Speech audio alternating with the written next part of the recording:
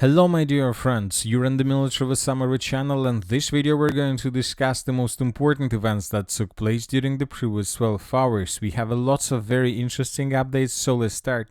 And first we're going to talk about France. After the end of the summits of the Coalition of the Willing, the President of France made lots of very interesting and important statements. Macron says that 26 countries have agreed to participate in sending troops to Ukraine post-war as a part of a reassurance force. They will include land, air, and sea-based roads. The coalition of the willing includes 35 countries, 26 of which have pledged to deploy forces in Ukraine. The line of defense for Europe today is the front line in Ukraine. The reassurance force deployed in Ukraine post-war will be made up of at least 25,000-30,000 soldiers from 26 members of the coalition of the willing. Putin does not want peace in Ukraine. The rapprochement between America and Europe is essential to support Ukraine. Few more statements were made by the President of Ukraine, Zelensky. He said that the main factor in security guarantees will be a strong Ukrainian army, and weapons supplies also are planned. There will be a presence of foreign troops. We understand the approximate number of countries that have agreed, but we cannot name the exact number. So after this wishful thinking period ended, the President of the Russian Federation made his own statement regarding France, regarding Zelensky, regarding the coalition of the willing. Russia will consider any troops on Ukraine territory as legitimate target for destruction. Moscow is the best place for summit between Russia and Ukraine. Putin said he is ready for contacts with the Ukrainian side, but sees no point. It will be almost impossible to agree on key issues with the Ukrainian side. According to the Ukrainian constitution, agreements on territories must be approved by referendum, but for this, martial law must be lifted. Kiev recently ruled out the possibility of contacts with Russia, and now they're asking for such contacts. Security guarantees must be for both Russia and Ukraine.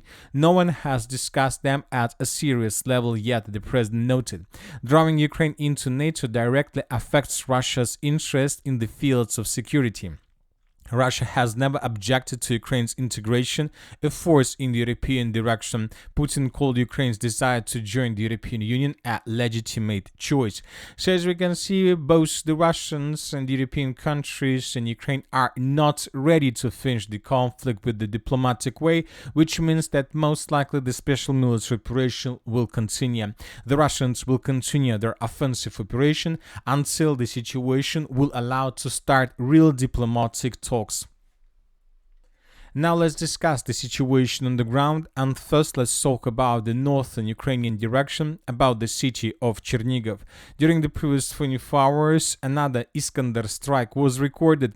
The Minister of Defense of the Russian Federation published this video where we can see how, according to the Minister of Defense of the Russian Federation, the Ukrainians were planning to send drones deep inside of the territory of Russia. But the Russians attacked this convoy with Iskander missile with the cluster rounds.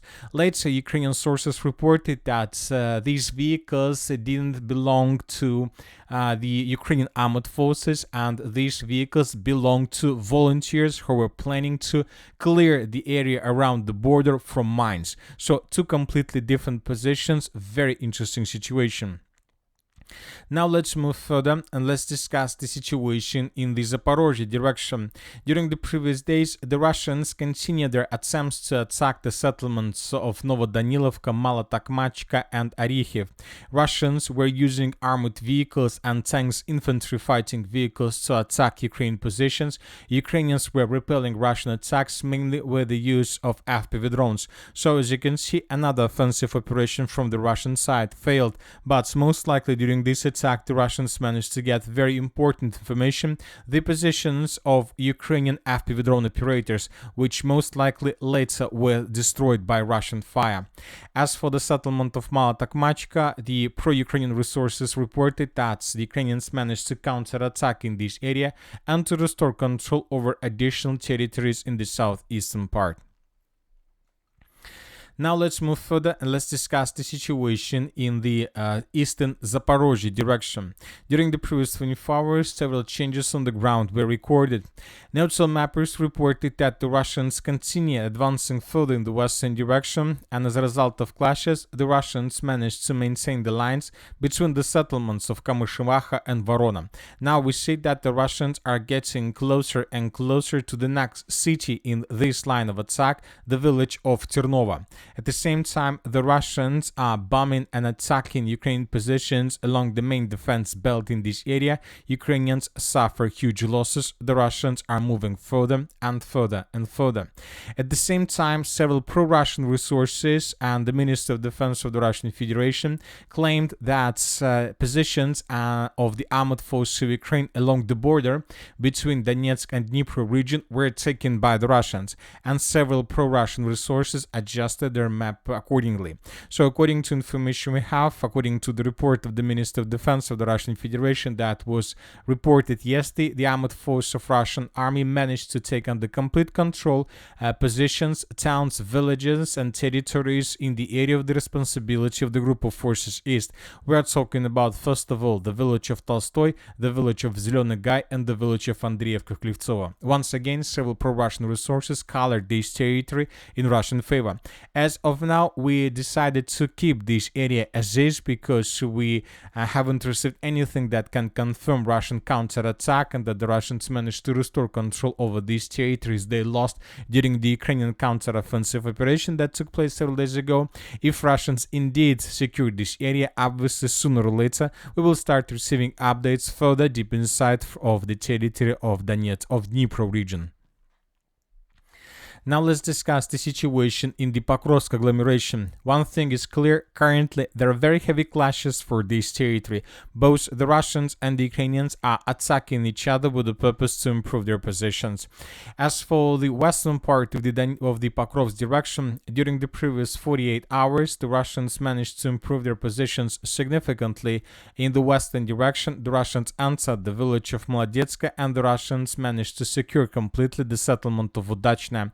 So this information, as you can see, was provided by neutral mappers. Now the Russians are planning to move further with the purpose to take under control the village of Molodetska and to get the border between Donetsk and Dnipro region. This will allow the Russians probably even to move further along the railways towards the settlement Novopodgorodnya, Raipole, and then towards the city of Mizhova.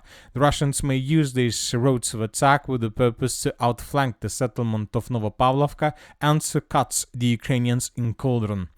As for the city of Pokrovsk, during the previous 24 hours, additional changes on the ground were recorded. The Russians managed to dig in deeper and dig in this deeper significantly in the southwestern, the southern, and in the central parts of the city of Pokrovsk. Lots of very important and strategical positions were taken by the Russians in the central part of the city. At the same time, according to the map and according to position of different buildings and constructions, we see that the Russians currently are being blocked by multi-storage buildings in the central part. As you can see, the front line goes exactly along the border between, let's say, low-rise buildings and high-rise buildings. The same story is taking place in the northern parts of Russian breakthrough, and the same thing is taking place in the southern part. So as you can see, the Russians are blocked by the multi-storage buildings along the line between the southern and the central part of the city, which means that most likely the Russians will not try to attack these buildings because they can suffer huge losses during this offensive operation.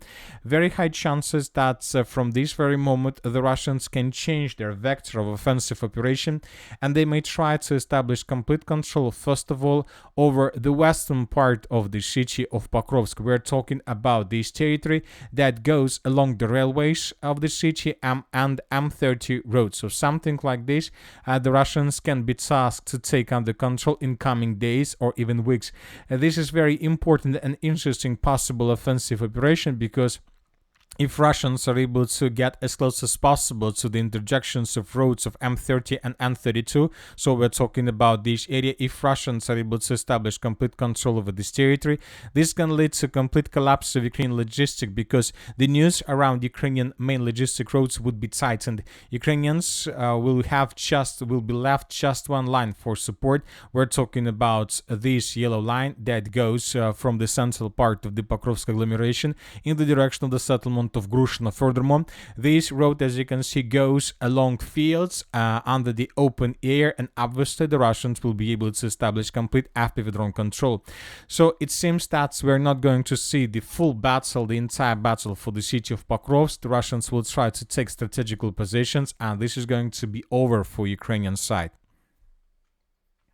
As for the northeastern part, the Ukrainians continue their counter-offensive operation because they understand what exactly the Russians are doing right now in the southwestern part. Once again, they're trying to shorten the distance to this Olympiyskaya Street. So that is why it is very important for the Ukrainians to unblock the road that goes from the city of Pokrovsk further in the direction of Rodinska, Belitska, and then Dobropolye. For these purposes, Ukrainians are counter-attacking without counting losses. And during the previous 24 hours, additional underground changes were recorded.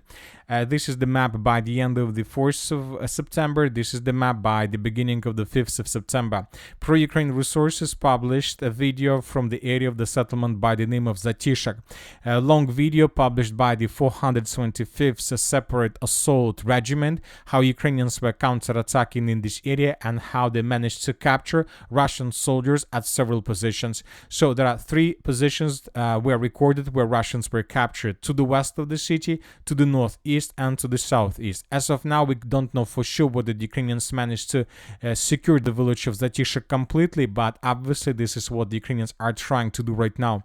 Starting of the 5th of September of 2025, we got lots of reports that Ukrainians began counter-offensive operation from the villages of Vladimirivka and Shakhova in the southern direction, with the purpose to restore control over the villages of Vladimirivka, Pankovka, Mayak completely, and to attack Russians in the area of Boykovka, Novotoretska. Ukrainians currently are carrying out very powerful counterattacks. It's very important one. Once again, if they restore control over this territory, then the Ukrainians will be able to start breathing with fresh air when talking about the entire Pokrovsk agglomeration. As for the eastern flank of the Pokrovsk Mirnograd agglomerations, during the previous 24 hours, we restore control over the Mirnogradskaya mine under Russian control, and several pro-Russian resources adjusted the map to the east of the city. But as you can see, without anything that can prove all these things. Now let's move further and let's discuss the situation in the Lyman Seversk direction. The Russians continue their offensive operation. Several counterattacks carried out by the Ukrainians were recorded to the northeast of the city of Seversk. The Ukrainians counterattacked and restored control over some positions. Furthermore, the Ukrainians continue their counterattacks in the area of the village of Redkadub. As a result of counterattack, the Ukrainians once again managed to answer its central part. In this video, we can see how Ukrainians of 3rd Assault Brigade were securing the farms of the village of Redkadub. Here we can see lots of episodes, and based on this video, we readjusted the map once again. So we see that there are still very heavy clashes. The Ukrainians are trying to do everything they can with the purpose to slow down the Russians and not to allow them to move further in the direction of the city of Lyman. And that's it for today. For the short video, Military Summary channel reminds to condemn any violence in the world. Thank you for watching. Subscribe to my channel, put your likes, join my Patreon, and have a good day. Bye bye.